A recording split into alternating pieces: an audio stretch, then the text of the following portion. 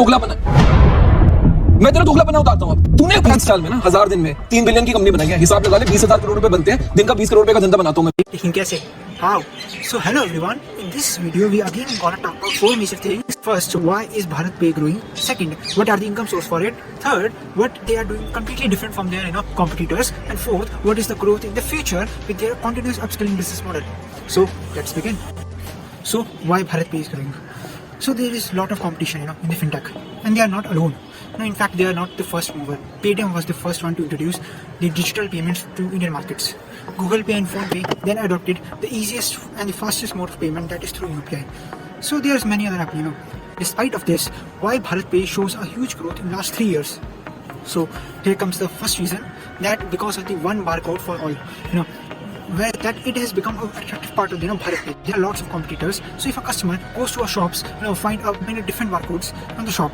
So but with the Bharatpe, with one QR code, they can make all the payments from any other apps. So one stop solution for all.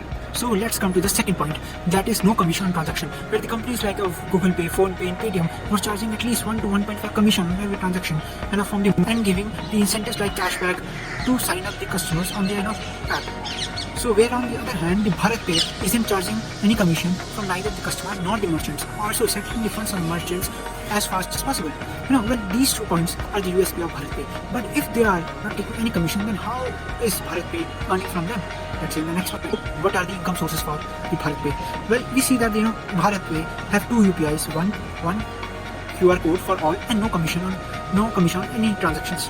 So the source of Bharatpe is actually lending, which is essential part of business, because they gonna need funds for day-to-day transaction, for maintaining the working capital management. So this is something which Bharatpe has taken on next level, and these things actually they reflected on their ads as well. हमेशा एक के साथ एक free, किसको मिला? जी, customer को तो मिलते आ रहा है समथिंग और आपको क्या मिला? नथिंग, पर अब मिलेगा। आया है भारत पे। ये किसी भी ऐप से पेमेंट स्वीकार करे, 0 ट्रांजैक्शन फीस, ये बिजनेस लोन से कम ब्याज पे, सिर्फ दुकानदार भाइयों के लिए। We are providing loan which is definitely requires some time, procedures, documentation, collateral, and will charge a high interest rate. Well, the answer is no, because if they are actually charging it, they won't be growing so much. Then how does it work? They provide loans up to the 7 lakh with 2% interest rate. And so how they provide these loans? So how can they provide at much risk, which is other bank can't? Well, here's the catch. They can provide because of their strong software, or I can say strong AI system. You can see that the Bharatpe knows when the vendor will receive the payments and how much payment. So this gives them more clarity about their vendors, how much credit worthy are they are. For example, if some merchant have a monthly basis of sale around 12 lakhs, it will be more easier for the software to provide him loan up to 2 to 5 lakh easily, with no application and no collateral document. They have the highest recovery debt, which is 96%, which is best in the market. And how did they do so? Where the other institution require collection and recovery workforce, Bharatpe does not need it.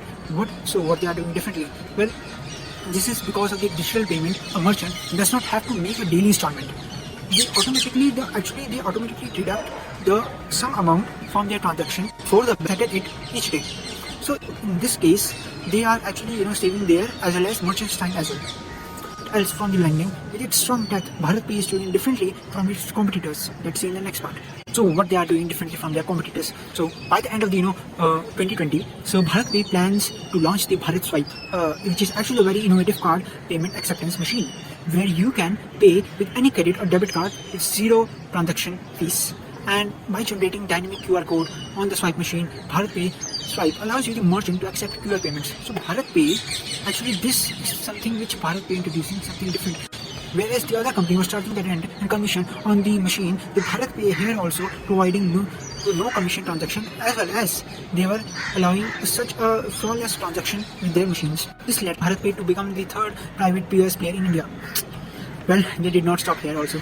They go on more further steps to provide loans to the merchant. They introduced something called 12% club, which is actually P2P lending space, which is actually peer-to-peer, where the one person is able to lend the loan to another without 12% rate.